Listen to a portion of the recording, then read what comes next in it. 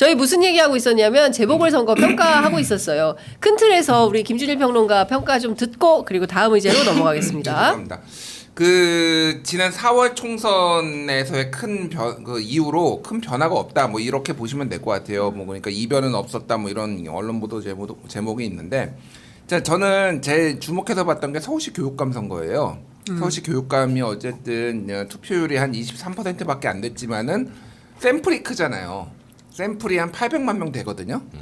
그러면은 이거는 평균에 수렴하게 돼 있어요. 이게 지역 선거 같은 경우에는 여러 가지 돌발 변수가 있지만은 이런 거는 지역의 그러니까 평균의 어떤 흐름에 수렴하게 돼 있는데 50대 45가 나왔어요. 이게 뭐냐면은 지난 총선 때도 이 전 지역을 다 이렇게 합산해 보면은 그 정도 나와요. 이 격차가 민주당하고 국민의힘하고 그 격차가 한 5% 포인트. 그래서 미세하게 이제 국민의힘이 많이 졌는데 막 격차 안 나는 데는 1, 2% 포인트 차로 지고 막 이랬단 말이에요. 근데 그 흐름이 지금 계속 이어지고 있다라는 거예요. 그러니까 부산 금정 같은 경우에는 오히려 격차가 더 벌어졌잖아요. 부산은 안타깝지만은 지금 미래가 없는 도시예요. 미래가 없는 도시다. 왜 미래가 없냐면요. 부산이 그 주요 광역 지자체 중에서 이제 광역시 중에서 인구가 제일 빨리 감소하고 있어요. 예. 그리고 왜 그러냐 그러면은 청년층이 일자리가 없어요. 그래서 부산을 떠나요 지금. 뭐 서울로 대학을 간 사람은 서울에 눌러 앉고 부산에서 지금 자리를 잡은 그러니까 대학을 나온 사람들도 일자리가 없어서 부산에 떠나서 울산으로 가거나 뭐 수도권으로 가거나 이런단 말이에요. 그리고 전체 전체 광역 지자체 중에서 모든 지자체를 통틀어서 뭐 광역시뿐만 아니라 지자체를 통틀어서 여성 취업률이 제일 낮아요. 어머나. 예, 부산이. 이게 이제 구조적인 문제예요. 지금은 맞벌이를 안 하면은 되게 살기 어려운 데잖아요. 예. 근데 여성 취업률이 제일 낮다라는 건 뭐 여기서 못 산다는 얘기예요. 그러니까 지금 금정구는 원래 노령층이 많았는데 더더욱 앞으로는 부산은 고령화 도시가 될 것이고 이게 고령화가 됐다라는 건 뭐냐면은 이게 정당 고착화가 된다는 얘기예요. 쉽게 얘기를 하면은 노인이 나이가 저도 이제 50대가 되고 그러는데 20대 30대는 본인이 지지하는 정당을 바꿀 수가 있습니다. 원래 스윙부터 성향이 강하다가 그렇죠. 이거는 무슨 진보 보수를 떠나가지고 네. 보수를 찍다가도 진보로 찍고 맞아요. 이런 경향이 강한데 노인들이 많아진다라는 거는 여기가 같이 바뀌어. 안 바뀐다라는 네. 거예요. 그래서 부산 금정은 제가 뭐 거의 질 거라고 했는데 생각보다 격차가 더 났잖아요. 많이 났어요. 60% 나왔어요. 예. 전 후보가 38대 60 예. 정도 나왔거든요. 그러니까 이게 앞으로 부산은 계속 이렇게 될 가능성이 상당히 높다. 이거 지난번에도 18개 중에 한 뭐 15개가 뭐 5차 범위 내다 격전이다 했지만 뚜껑 열어보니까 전재수 한 명 빼는 건 다 졌잖아요. 그렇죠. 이런 트렌드가 부산 쪽에는 앞으로 지속될 거다 이렇게 보시면 될 것 그러니까 같아요. 사실 민주당 입장에서 보면 영남 전략이 굉장히 중요해졌어요. 지난 총선도 결국에는 말씀하신 대로 전재수 의원 이게 득표율은 올라갔다. 뭐 그거는 그냥 뭐 위모할 수 있는 조건은 되지만 득표율보다는 당선이거든요. 어떻게든 당선이 돼야 되는데 의석 확보를 못한 것은 사실은 굉장히 아픈 거거든요. 그러면 민주당이 이후에 뭐 소위 이제 호남은 굳은 자라고 친다면 영남 전략을 어떻게 가져가느냐에 따라서 이후에 대선 문제가 커지는 겁니다. 지방선거도 굉장히 중요하지만 대선이거든요. 근데 대선에서 민주당이 어떻게 이기는 전략을 세울 거냐 이게 되게 중요해 보여요. 근데 대선은 좀 이게 다른 거예요. 그러니까 이게 왜냐면 작은 지역에서의 선거는 어쨌든 그 사람들의 유권자를 봐야 되는데 이게 큰 덩어리로 봐야 되는 거라서 네. 물론 이제 부산이 중요하고 부산에서 표를 많이 얻어오면 되지만은 부산이 만약에 보수화가 더 되고 고령화가 된다라고 해서 반드시 불리한 건 아닌 게 예. 그만큼 수도권으로 경기도가 완전히 파란밭이잖아요. 지금. 네네. 그러니까 경기도와의 호남화를 그렇지. 주목해야 돼요. 사실상. 네, 그런 것도 지금 있죠. 계속 이기고 있어요. 경기도는 지금 보수 정당이 지금 한 선거 4번 계속 지고 있어요. 경기도에서는 이기지를 못하고 있어요. 그러니까 더더욱 그렇게 되는 거니까 전국 전략은 조금 다르게 볼 필요는 있어요. 알겠습니다. 예. 10시 KBS 속보가 나와서 전화드리겠습니다. 검찰이 도이치모터스 주가 조작 사건 관련돼서 의혹이 있는 김건희 여사 불기소 처분했습니다. 관련해서 대통령실 입장이 바로 나왔는데요. 부족한 부분 국민 뜻을 받아들여서 바꾸겠다. 이거 무슨 얘기 아닙니까? 맥락은 전혀 아니라고 하네요. 그러니까 그건 좀 다른 카테고리인 것 같습니다. 그러니까 검찰에 대해서 대통령실의 입장이 나온 것은 아닌데 저희가 혼선을 빚어드려서 죄송합니다. 첫 번째, 검찰이 불기소 처분했다는 거고요. 김건희 여사 문제. 그리고 대통령실이 어느 부분에 대해서 부족한 부분 국민의 뜻을 받아들여서 바꾸겠다는 것인지는 추가로 정리해서 말씀드리도록 하겠습니다. 결국 했네요, 검찰이. 네. 그렇죠. 오늘 한다더니. 그렇죠. 아니, 국감도 지금 앞두고 있고 네. 18일 그리고 한동훈 대표와 이제 독대 면담이죠. 앞두고 있잖아요. 근데 도이치모터스는 사실 그 저도 그 저희 마크맨 때 네. 유교통 마크맨 때 그 취재를 많이 했었거든요. 예. 근데 이 부분은 그 검사들 내에서도 기류가 이런 기류요. 그러니까 누가 고양이 목에 방울을 달 것인가. 예. 그러니까 국민의원들 만나서 물어보면 매번 하는 말이 그거였어요.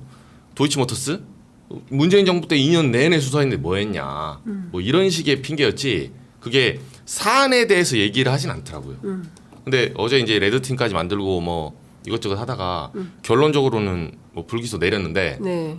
여당 내에서는 이게 좀 시기가 늦었다는 지적이 많았어요. 그러니까 이걸 털려면 힘이 있을 때 좀 빨리 털었어야 된다. 네, 근데 지금은 약간 그 친한계 사람들 쪽에서는 벌써 기소를 해야 된다. 네. 네, 이렇게 의견까지 나왔었잖아요.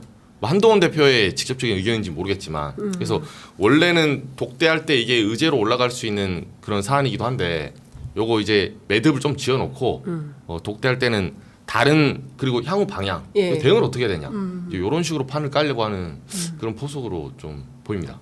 어떻게 보세요?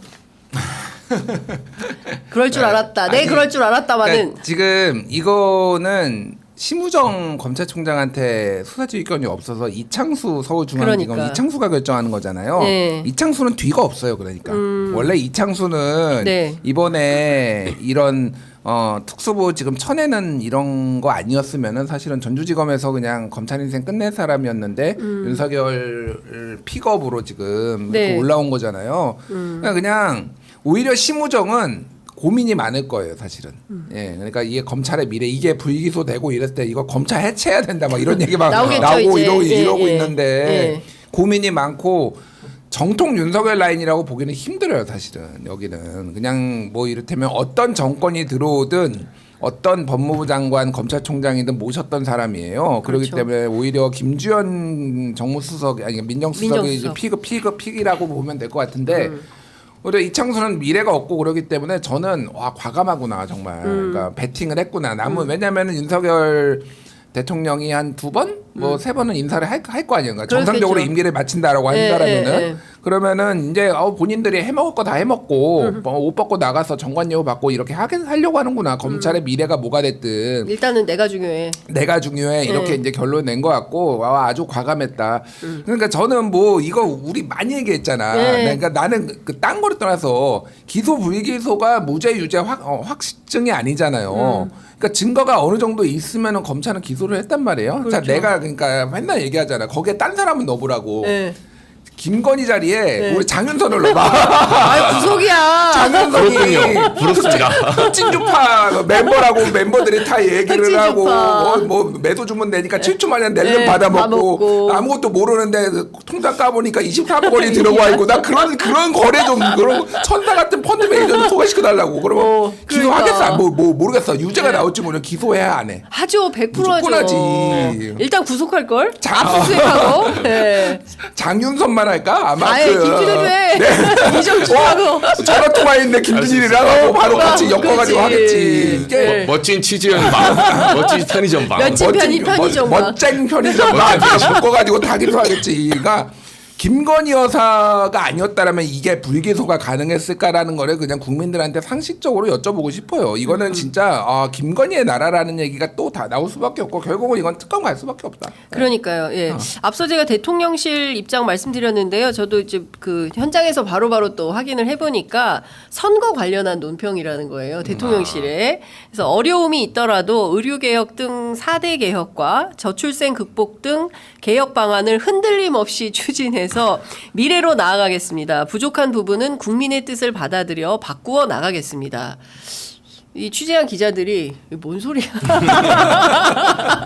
이 와중에 이게 무슨 얘기야? 이제 지금 대통령실 지금 출입 기자들 분위기가 그렇다고 제가 전해드립니다. 이창수 지검장은 그 임명될 때 저는 용산 쪽에 이런 얘기를 들었어요. 그 윤석열 검찰 라인 사람인데 이창수 지검장이 의외로 그 윤통하고 뭐 한동훈, 주진우, 이현모 이렇게 이런 소위 말해서 자기가 챙기는 그런 라인이 아니래요. 그러니까 비유하자면 좀 웃긴 비유인데 선조와 이순신 관계를 비유하더라고요. 선조와 이순신. 과거에 선조가 이순신을 나중에 전쟁이 끝나고 패하고 또 다시 불러들이고 패하면 또 불러들이고 하잖아요. 임진왜란 도중에서도 정유재란 막 할 때도. 근데 그 이순신과의 관계가 선조는 항상 군주로서 이순신의 인기를 견제하면서도 살갑게 대하지 않는데 정말 중요할 때는 쓴다는 거예요. 이창수 지검장이 그런 사람이래요. 자주 보지도 않고 뭐 술자리 뭐 이런 멤버도 아니래요. 그러나 약간 느낌이 필요할 때 얘는 간다. 얘는 신뢰의 상징. 예, 혹시 뭐 소위 말해서 속으로 내심 주진우나 뭐 이엄마나 동훈이는 날 통수 칠 수 있어. 그러나 우리 이창수는 간다. 이런 이미지의 사람이래요. 오히려. 그래서 그 친하다는 것과 신뢰는 좀 분리해서 볼 필요가 있다. 그래서 요 정도를 예상하고 안 친 거다. 그때 한 몇 개월 전에 얘기를 해주더라고. 근데 그게 그대로 벌어졌네요. 그렇군요. 아니, 그러니까 근데 뭐 이렇게 그 관계 설명은 잘 이해를 했는데 그 이창수를 이순신에 비교하지 하는 그거는 좀 부적절한 것 같은데. 부적절하다기보다는 그냥 듣기에 조금 그렇다. 근데 김건희 여사는 뭔가요, 그러면? 그러니까